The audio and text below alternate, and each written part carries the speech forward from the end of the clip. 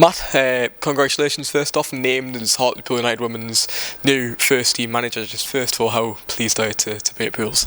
Yeah, it's great. Obviously, Hartlepool have been in the women's scene for a long time and have developed well, and obviously having a bit of a rough time at the minute with this season. But I spoke to Andy and Dawn and the kind of the backroom team, and it's all about rebuilding now and kind of looking to move forward and put a bit of a long-term plan in place, because the potential of the club's huge. I mean, you just look around at the kind of the backroom, the football back in and all that kind of stuff. It's exciting, and like I say, we've got to see what we can do this season to push forward as much as we can and get that positivity back with the girls and get a bit of a bounce, and then see what comes at the end of the season. But like I say, it's all about just rebuilding that kind of vibe around the club. Yeah, just give us a bit of an insight about how all of this came about.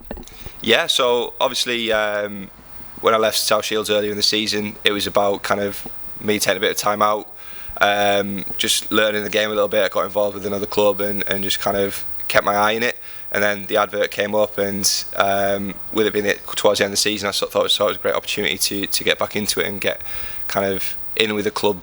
Obviously before pre-season, it gives you a bit of a rare chance to get to know some players get to know you, and like I say, speaking to Andy and Dawn, the enthusiasm and the passion is there, and we've just got to realise that now with a bit of structure, put things in place to kind of give the girls as professional environment as they can have, and give them the platform to really perform and push forward.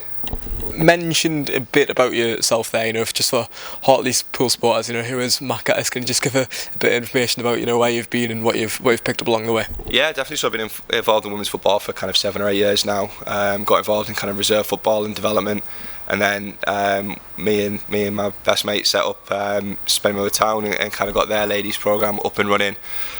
Then got the opportunity to go up to Concert Ladies and again set up a new team and kind of thrive. Got promoted out of the county league into the North East Regional, and then got the opportunity at South Shields. Did well there results wise, and then kind of things happened and ended up leaving them, and kind of that's where we are now, looking again to get a club going and professionalise as much as we can, because wherever we go we try and give the girls the best experience they can have. And from what we've seen already with players, we can just try and push forward as much as we can with that. Yeah, how have you assessed the current team and the current group of players? You have faced the squad not only this season, but I imagine a few times down the years as well. Yeah. So just from the outside looking in, what are the strengths, what are the weaknesses, and what are you looking to bring to the table? Yeah, my teams before, I've played Hartlepool before, and it's a great group. In preparation for the role, me and Alex came down and watched a couple of games, and the performances don't really match the kind of where we are at the minute in the league tables, and that's where we need to build that structure in place to give the players with loads of potential. We've got so many young players who've got the right attitudes, and we're already seeing that they're keen to learn and develop. We've got to give them the platform to do that, and push forward from it as much as we can, realistically, because obviously it's not an ideal position, but we've seen enough to know that it's there, and it's just kind of a sleeping giant really waiting to be kind of built around.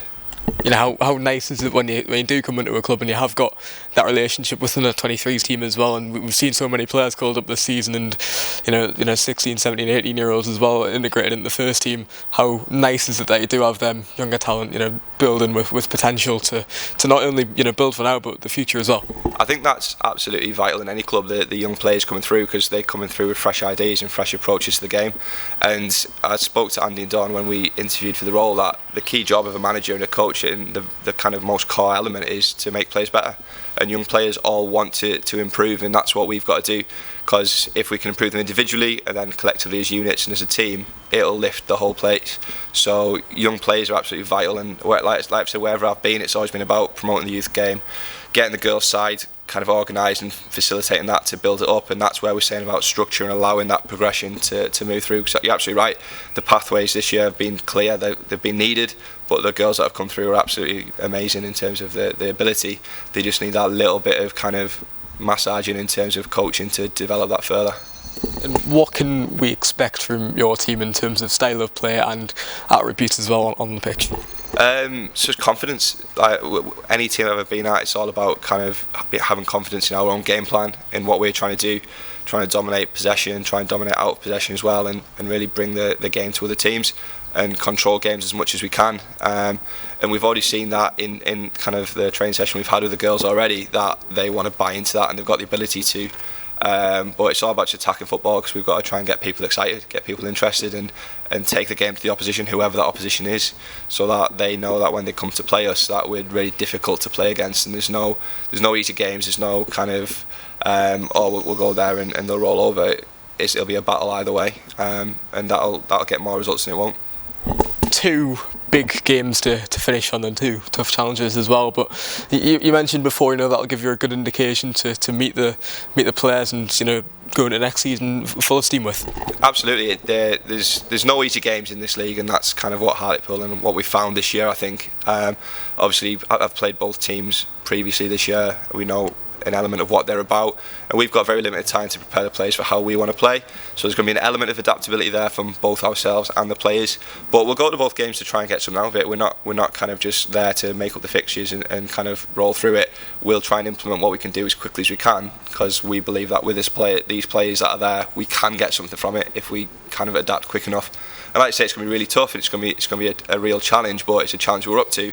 But it also gives us a chance just to kind of get a bit of a vibe around it, and try and get the positivity through, get some good things, and reinforce the good play that we have, so that whatever happens, we move into pre-season in a positive frame of mind and with a clear direction that we'll be able to implement over the next few weeks.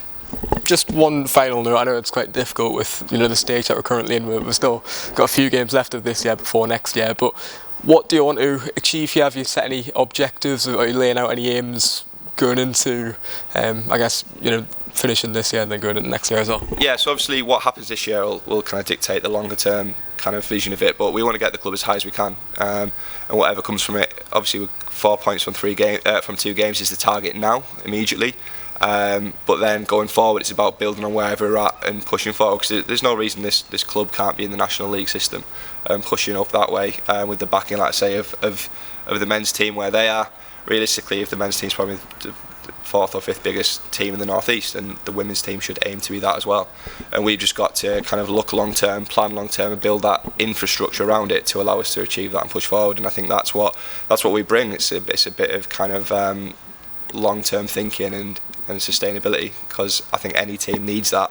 Obviously, the club's had managers kind of come and go over the past few years, but hopefully we're here now for a duration and can really implement that long term strategy.